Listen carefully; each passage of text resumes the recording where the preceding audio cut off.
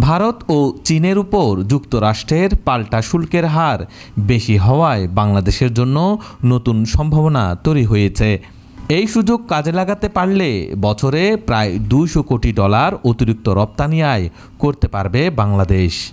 শনিবার রাজধানীর পল্টনে economic reporters forum ERF মিলনায়তনে আয়োজিত সামষ্টিক অর্থনীতির চ্যালেঞ্জ ও উত্তরণের পথ শীর্ষক মোয়াজ্জেম হোসেন স্মারক বক্তৃতায় এ আশাবাদ ব্যক্ত করেন বিশ্বব্যাংকের ঢাকা কার্যালয়ের সাবেক মুখ্য অর্থনীতিবিদ ডক্টর জাহিদ হোসেন।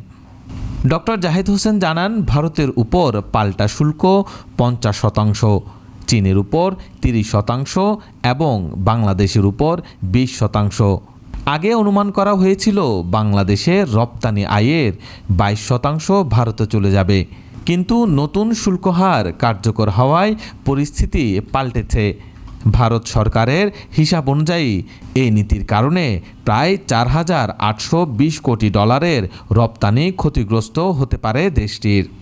তিনি বলেন, বাংলাদেশের অর্থনীতিতে স্থিতিশীলতা কিছুটা ফিরেছে।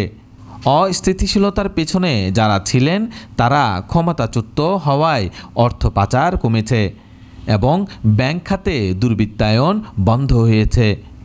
তবে এর পেছনে সরকারের নীতিগত কোনো পরিবর্তনের ভূমিকা নেই, বরং অর্থনৈতিক ব্যবস্থাপনায় শৃঙ্খলা এসেছে। ডক্টর জাহিদ আরও বলেন, গত 1 বছরে হুন্ডি কমেছে, বৈদেশিক মুদ্রা দেশে আসছে, ব্যাংক খাতের লুটপাট বন্ধ হলেও প্রকৃত পরিস্থিতির উন্নতি হয়নি, বরং খেলাপি ঋণ বেড়ে গেছে। তিনি মনে করেন, বাংলাদেশ মধ্যম আয়ের ফাঁদে আটকে আছে। এর প্রধান কারণ হল বিদ্যুৎ ও জ্বালানি সংকট, দুর্বল ব্যাংক ব্যবস্থা, পদ্ধতিগত দুর্বলতা এবং শ্রমবাজারের উন্নয়ন না হওয়া।